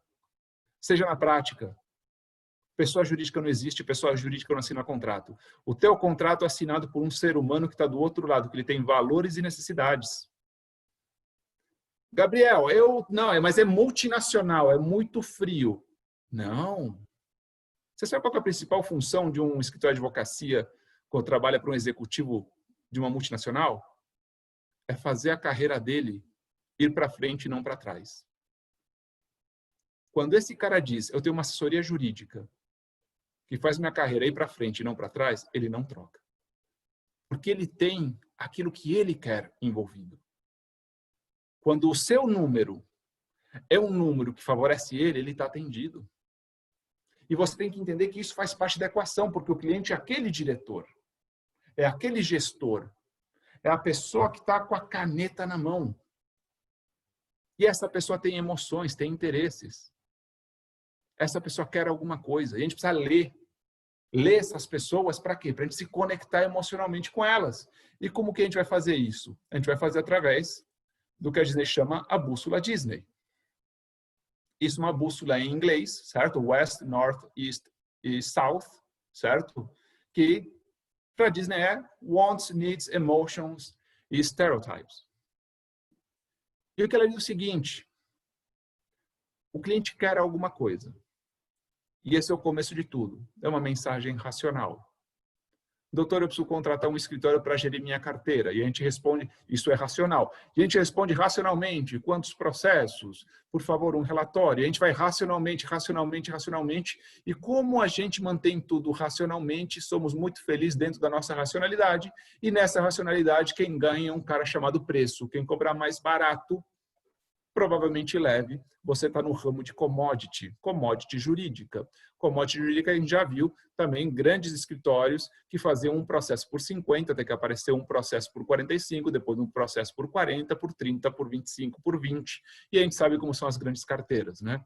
E o que aconteceu com o preço da commodity jurídica racional. Mas tem que entender que por trás de todo pedido, daquilo que o cliente te pede, que é uma mensagem racional, há uma necessidade interna que ele não te conta. E é com essa necessidade que a gente tem que se conectar. E a gente somente descobre isso, eu digo, o que o cliente quer, ele te conta. O que ele precisa, você que tem que descobrir. E aí entra a gente fazer as perguntas certas para descobrir o que se esconde por trás do pedido. Por que que é tão importante isso? E naquela necessidade é que está a emoção. A emoção seja qual for. A emoção que seja, eu tenho uma meta que eu tenho que bater. Agora, na crise, todas as metas de redução de budget setorizado aconteceram. Eu tenho que reduzir tanto, eu tenho que reduzir tanto, eu tenho que reduzir tanto. Tá bom, mas por que você tem que reduzir tanto? Vamos conversar um pouco melhor. Quem nunca recebeu uma ligação? Eu preciso cortar o contrato 50%. Tá bom. Mas se eu me conectar em eu preciso cortar o contrato em 50%, eu me conectei com o preço. A gente aqui teve que, durante a crise, dar descontos, obviamente. A gente reduziu contratos em 50%. Mas eu fiz isso ser um ato de amizade. E a primeira coisa que eu digo, 2 frases sensacionais que eu uso com o cliente, básicas de repetir, é: conte comigo e como posso te ajudar. É falar com a pessoa, não com o job. E aí você começa a conectar com a emoção dela. E aí você se diferencia dos outros. A coisa que mais acontece aqui, eu já tive, assim, algumas dezenas de vezes isso aconteceu, que as pessoas falam assim, eu fecho o contrato porque as pessoas dizem, nossa, doutor, o seu escritório é diferente. Eu me sinto diferente aqui dentro. Alguns clientes falam isso. Doutor, nossa empresa está selecionando 5 escritórios. E a gente vai fechar com o seu. Por quê? Porque aqui é diferente dos outros 4. Mas a nossa formação é a mesma. A gente vai aplicar o mesmo direito. Os nossos livros são iguais. A gente não tem rito processual próprio, infelizmente. Então, vejam só, como todo o nosso ferramental é o mesmo que outros escritórios, mas o cara diz, por algum motivo aqui é diferente. E a principal mensagem que o advogado pode passar para o cliente é: você pode contar comigo. Não é eu sou formado numa faculdade, não é eu tenho uma vasta titulação, não é agora estou concluindo meu pós-doutorado com a tese e um nome super complexo que já é difícil para advogados. Então, olha só, as emoções onde a gente vai se conectar. Mas tem que ter um trabalho de estereótipos. É muito importante ter um trabalho de estereótipos. E o que é o trabalho de estereótipos? É você mapear os estereótipos da tua profissão. Os bons e os ruins. Eu vou até sair daqui, eu quero ver o rosto das pessoas, né? Porque a primeira vez que eu dou essa palestra, que eu falo sobre isso com advogados, por mais que eu aplique isso há muito tempo e fale aqui dentro da minha equipe, advogados têm 2 estereótipos bons. Gosta de ler. De onde... Eu não entendo por que as pessoas falam que advogado gosta de ler. Eu, por exemplo, eu odeio ler. Mas quando é trabalho, eu leio numa boa. Mas assim, se o que eu preciso para o trabalho vai até a página 178 a 179, não será lida. Não tenho essa curiosidade, não tenho livro de cabeceira. Se eu gosto de algo, eu leio até o ponto que eu paro de gostar. Só que eu não chego para o meu cliente e eu digo: prazer, Gabriel Villarreal, eu não gosto de ler. Se ele quer achar que eu gosto de ler, que eu leio muito, se ele quer entrar e ele vê uma prateleira de livros e fala assim: meu, esse cara deve ter lido todos esses livros, problema dele. Segundo estereótipo positivo e último estereótipo positivo é advogado. Advogado, de onde tiraram isso? Advogado é uma das piores carreiras para início de carreira. Se você for comparar com outras, a gente tem longevidade, a gente advoga 50, 60, 70 anos, continuamos na ativa. Agora, advogado ganha muito dinheiro, não é bem assim que o mercado funciona. Mas eu também não vou rebater. Se ele quer pensar positivo de mim, tudo bem. Agora, vamos falar de estereótipos negativos. E enquanto isso, eu vou querer que vocês vão mandando alguns estereótipos negativos aqui, para não ser a única pessoa que vai falar essas verdades, tá bom? Vai mandando aqui no grupo. E lembrando, o estereótipo não é uma verdade. O estereótipo é um conceito pré-concebido sobre alguma coisa.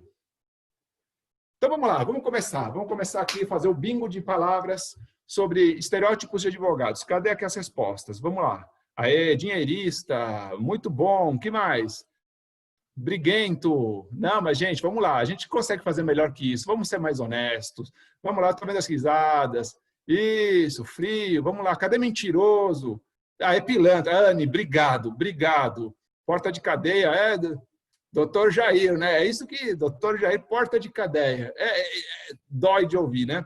Mentiroso, desonesto, ladrão, malandro, arrogante. A pessoa nem te conhece e é isso que ela pensa de você. E sabe qual é o problema?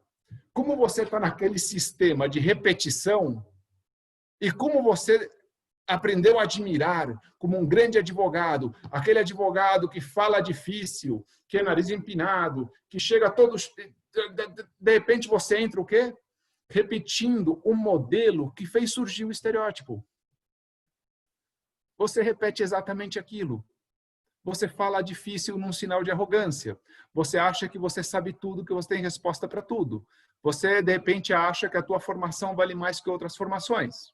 Você começa a cair, a tropeçar onde todo mundo tropeça, porque estamos repetindo os mesmos padrões que nos levaram a criar os estereótipos. Eu aqui, é muito interessante essa reunião com vocês, que eu nem considero palestra, eu considero um bate-papo. Vocês estão vendo isso aqui atrás? Ó? Isso aqui atrás é o lugar onde eu, dono e fundador do escritório, faço o café do meu cliente. Gabriel, tem copeira no seu escritório? Tem. Tem serviço de copa, tem tudo que você quiser. Mas uma das coisas mais elegantes que eu tenho aqui é de receber, o Dr. Jair já visitou aqui várias vezes. Jair, quer um café? Quero. E eu vou até aqui atrás, pego a xícara, Eu pergunto se ele quer mais forte ou mais fraco. Eu pergunto se ele quer açúcar ou adoçante. E o Jair ele vai confirmar, porque tudo isso é um roteiro, tudo isso é você dominar a experiência do cliente. O Jair vai me falar assim, não, Gabriel, amargo. E eu respondo, como deve ser um bom café? Para alguns eu digo, amargo, puro como a alma e amargo como a vida, que eu brinco com os clientes. Tem algo que passe menos arrogância do que você ir lá e servir alguém? Eu sirvo o café e de repente o cara fala assim, meu Deus! Eu fui no outro escritório e o advogado, o gestor, o sócio, o dono chegou e me disse, quer um café? Eu disse, quero. Aí ele apertou um botão e eu tenho aqui o call aqui, sabe? Ele apertou um botão e falou assim, por favor, traga um café na sala de reunião. E ele vê isso se repetindo, se repetindo, se repetindo, se repetindo. De repente, chega um lugar que é diferente. Saímos do estereótipo. Estereótipos da experiência. Eu não deixo o cliente esperando. Eu tenho um sofá na minha recepção. Nenhum cliente meu senta no sofá. Porque se eu marquei algo com ele, minha equipe tem que saber que ele está chegando. Eu vou contar para vocês porque a gente tem tempo. Eu sei que eu já estourei todos os tempos de Jair, mas eu acho que está indo legal. Eu vou contar uma coisa que eu faço aqui que rende muito resultado. Quando o cliente vai nos outros escritórios, ele faz o seguinte. Quando ele abre a porta do elevador, ele chega numa porta, normalmente de vidro, e aí quando ele chega perto da porta, alguém aperta um botão que faz... Ele se assusta. Ele abre a porta e ele faz a entrada clássica, né? Que a cabeça vai pedir permissão para o corpo entrar. Sabe? Que entra com a cabeça. Aqui é o escritório do Dr. Gabriel. Se for, o corpo entra depois. E a primeira coisa que ele tem que fazer é explicar para a recepcionista quem é ele e por que motivo ele está lá. E a recepcionista manda ele sentar na recepção. É algo clássico. É clássico. Como é que a gente muda isso? Se a gente acha que tem que ser mudado. Aqui no meu escritório, qualquer pessoa que vem aqui está agendada. Sem agendamento, não vem. Sem agendamento, não passa da recepção lá do térreo. Se está agendado, minha secretária, que fez minha agenda, já comunicou à recepcionista que aquela pessoa vai chegar. Quando o interfone toca, ela já está esperando. Que ao redor das 3 vai chegar o Dr. Jair Jaloreto. E vocês podem perguntar para ele se é assim ou não. E se é assim toda vez. Não adianta ser bem uma vez, é toda vez. Quando toca, o Dr. Jair Jaloreto está aqui. Pode subir. Não é espere um minuto, não é com licença, não é só um minuto. Não é constrangedor ficar no térreo esperando? Por que a gente faz o cliente passar por isso? Por que a gente não olha a experiência pelo olhar do cliente? Imediatamente liberado. Quando o Dr. Jair chega aqui, o que aconteceu enquanto ele fazia o cadastro e subia foi que a minha recepcionista ligou para a minha secretária e a minha secretária está esperando ele na porta do escritório, de portas abertas, para chamar ele pelo nome. Assim que ele sair do elevador, minha secretária fala assim, Dr. Jair, tudo bem com o senhor? O senhor pode me acompanhar até a sala de reunião? Estão me esperando. Sabem quem eu sou e o que eu vim fazer aqui. Eu não preciso me explicar. Eu matei uma série de constrangimentos que o cliente passa na experiência com outros escritórios. O que o cérebro dele faz? Percebe a experiência do meu escritório como diferente. É diferente. Você já foi num médico, ele te atendeu no horário? Já foi num médico? Eu já fiz isso. Uma vez eu marquei às 2 horas, cheguei 10 para as 2 e às 2 horas o médico me chamou. Eu falei, esse é o melhor médico do mundo. Porque médico nunca atende no horário. Ele quebrou o estereótipo. Olha como surpreender é fácil. Aí o Dr. Jair vai vir aqui para a sala de reunião. A copeira vai oferecer um café para ele, se ele quiser. E vai servir um café. Porque para mim é importante que o Dr. Jair saiba que eu tenho uma copeira para ele fazer um café. Porque lá no final da reunião, quando eu lhe oferecer um café e eu fizer, ele vai falar assim, esse cara está me fazendo um café porque ele é um cara humilde. Não é porque não tem ninguém para fazer o café no lugar dele. Como é que eu termino minha reunião com os clientes? Mesmo num primeiro contato. Tentando sair do formal, conhecer ele melhor como pessoa. E ao final da reunião eu digo, vamos tomar um café? Eu vou tomar mais um café. Gostaria de tomar um café comigo? E a pessoa normalmente diz, tudo bem, é café, de graça. Eu venho e fico em pé. Quando ele vê que eu vou fazer o café, 80% ficam constrangidos de ficar sentado e serem servidos pelo dono do escritório. que eles fazem? Eles vêm em pé aqui atrás. E nós terminamos a nossa reunião batendo papo e tomando café em pé. Ao longo da experiência, eu reforcei nele uma série de sensações de amizade.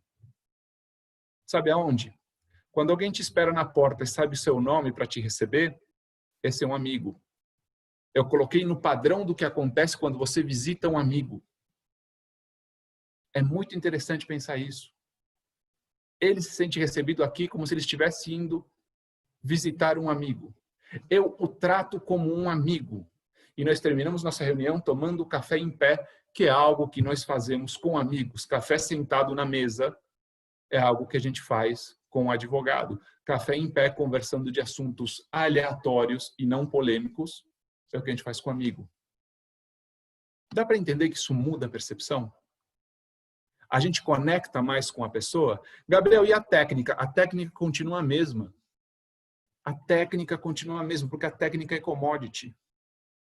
A gente tem as nossas equipes, eles não estudaram mais ou menos, eles não ficam mais inteligentes porque a gente melhora a experiência do cliente. Mas é importante a gente pensar justamente em como funciona a experiência do cliente. Porque a gente, voltando ao começo para a gente finalizar, a gente criou o nosso jeito de atender, repetindo o jeito de atender que a gente viu alguém fazer. A gente fundou escritórios que fossem a imagem dos escritórios que a gente admirava. E aqueles escritórios foram fundados à imagem dos escritórios que eles admiravam. E assim por diante. A gente repete parâmetros e padrões que têm significado para nós advogados, mas não têm significado para o cliente. A gente insiste que o produto é técnica jurídica. A gente insiste que o protagonismo disso tudo é do advogado que está fazendo o trabalho lá e não entende que para a gente fechar um negócio, a gente tem que ter uma boa telefonista, uma boa secretária, uma mesa de reunião boa, um lugar limpo, porque tudo isso impacta na experiência do cliente. Se a minha copeira destratar o meu cliente, eu não fecho o negócio. Se a minha telefonista for deselegante com o meu cliente, não fecho o negócio. Se a minha secretária não der agenda para o meu cliente, eu não fecho o negócio. Se a minha sala de reunião estiver numa bagunça, eu não fecho o negócio. É importante mapear isso. E eu mostrei para vocês o que eu uso aqui, que é um processo simples, mas que eu corto. Eu corto demora no cadastro na recepção do prédio, que é algo negativo. A gente sabe que é algo negativo. Eu não estou aqui trazendo uma novidade. Eu corto a sensação negativa de abrir a porta e dizer quem é. Eu corto a sensação negativa de sentar na recepção e ficar esperando alguém. Eu tiro pontos negativos da experiência do cliente e eu coloco pontos positivos.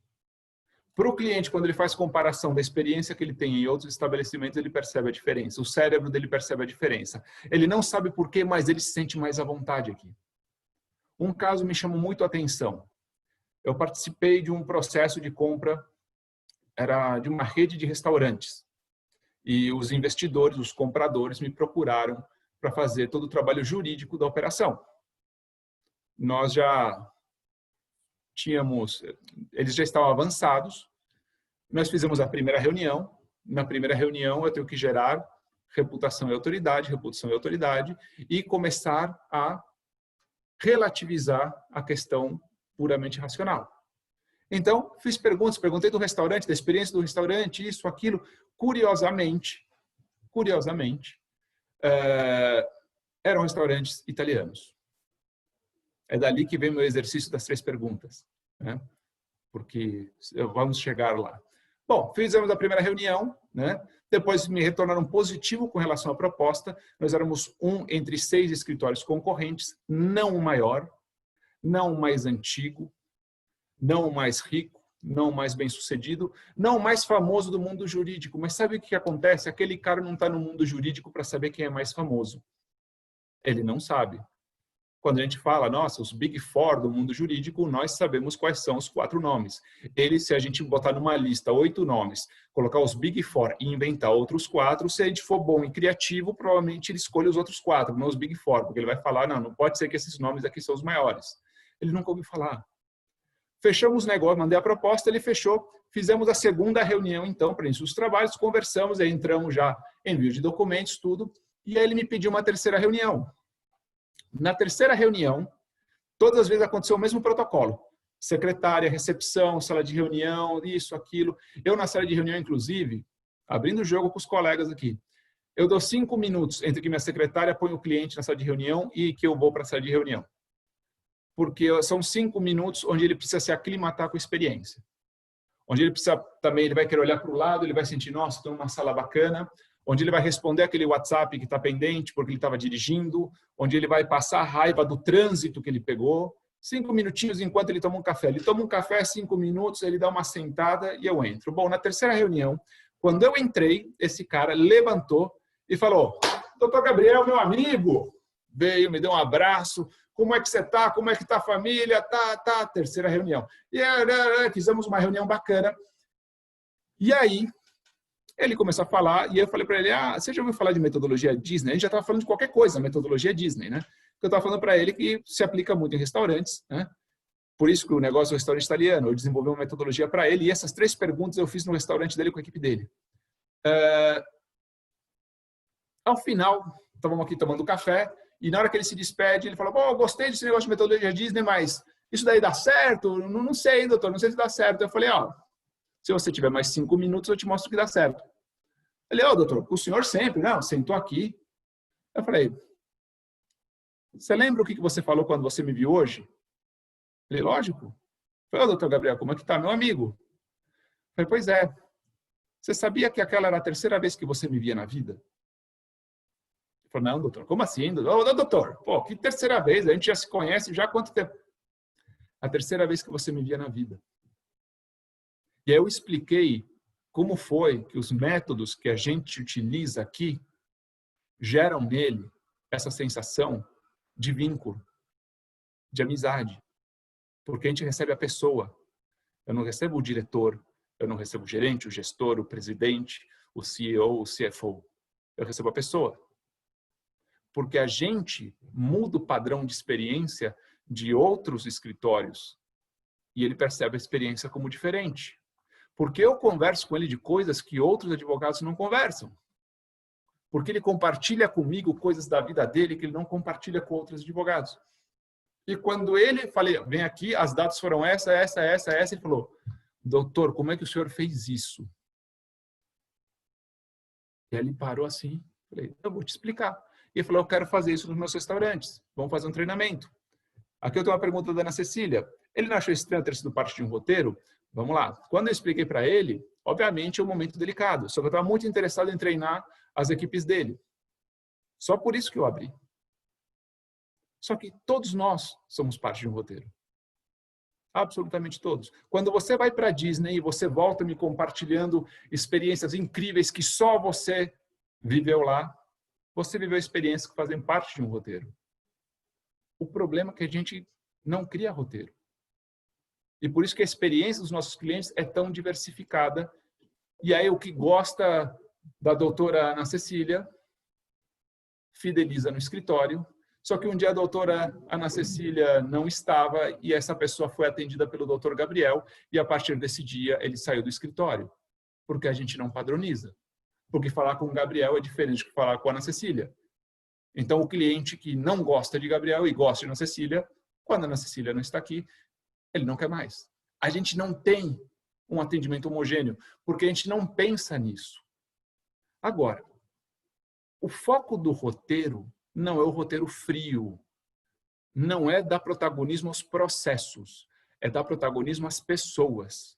Uma secretária parada na porta, sem um sorriso no rosto e sem demonstrar que, de fato, está dando uma recebida, uma acolhida calorosa para o meu cliente, não serve.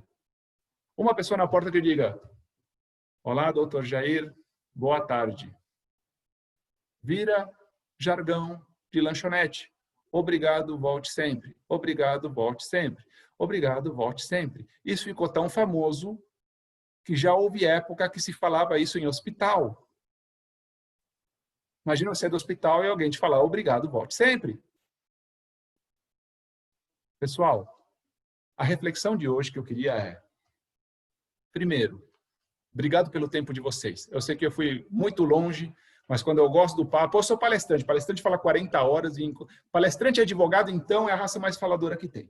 Mas o que eu queria compartilhar com vocês a gente tem uma origem cultural na advocacia, e a primeira vez que eu consigo ter um papo tão honesto, tão aberto, com tantos colegas da profissão, a gente tem um berço cultural muito próprio, onde a gente se veste para a gente mesmo, onde a gente se cerca de atributos que somente a gente reconhece.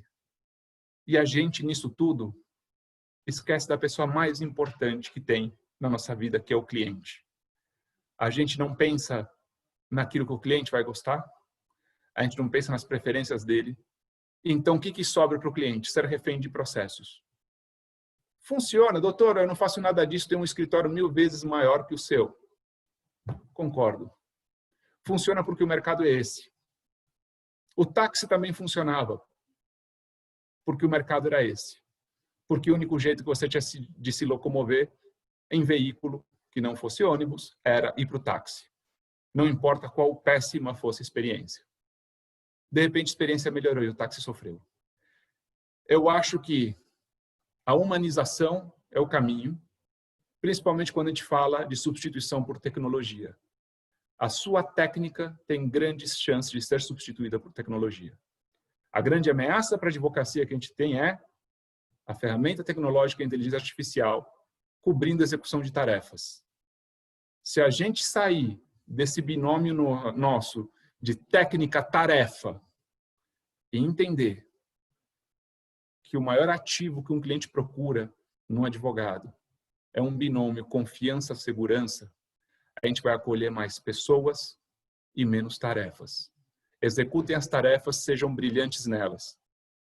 Quero todos nós... Vocês já repararam que o maior orgulho nosso é publicar uma matéria, um artigo em algum veículo de advogados? Que a gente quer ser professor de faculdade de Direito, não de administração? Traz o ser humano junto com o advogado. Sai de casa se conectando com a sua humanidade, vem para o escritório para se conectar humanamente com as pessoas e cria um ambiente humano para o cliente. Treinamento é importante, exemplo fala mais que treinamento. A gente gera cultura quando estabelece comportamentos e reforça positivamente os comportamentos desejados. Acho que assim a gente consegue começar a ler um pouquinho mais para o cliente, entender um pouco mais dele, ser mais gentil, ser mais agradável e respeitar aquela individualidade única que ele representa. Eu, como disse, vocês não estão diante de um dos maiores empresários do ramo do direito, mas vocês estão diante de provavelmente um dos mais felizes desse setor.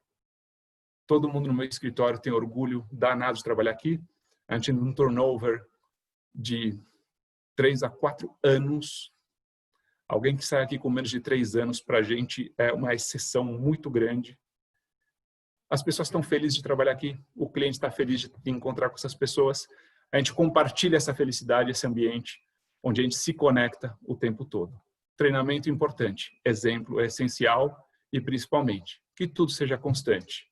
Porque, afinal de contas, pessoal, isso é o recado que, se eu puder deixar um recadinho hoje, o principal disso tudo é nunca esquecer que a magia começa com uma simples conexão emocional.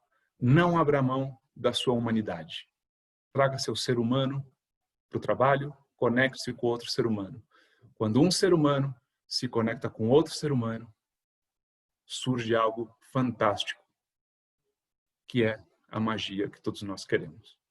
Muito obrigado pelo tempo de vocês, espero que tenham gostado.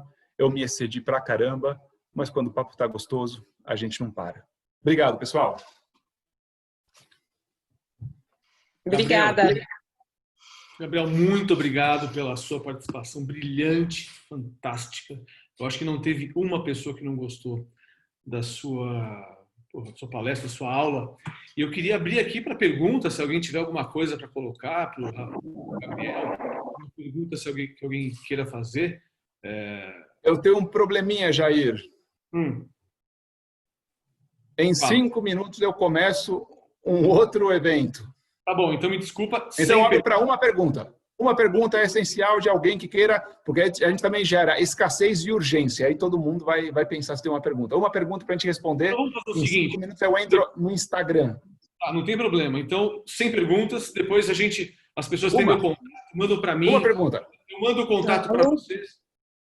Uma pergunta. Ninguém tem perguntas. Ana, acho que tem pergunta.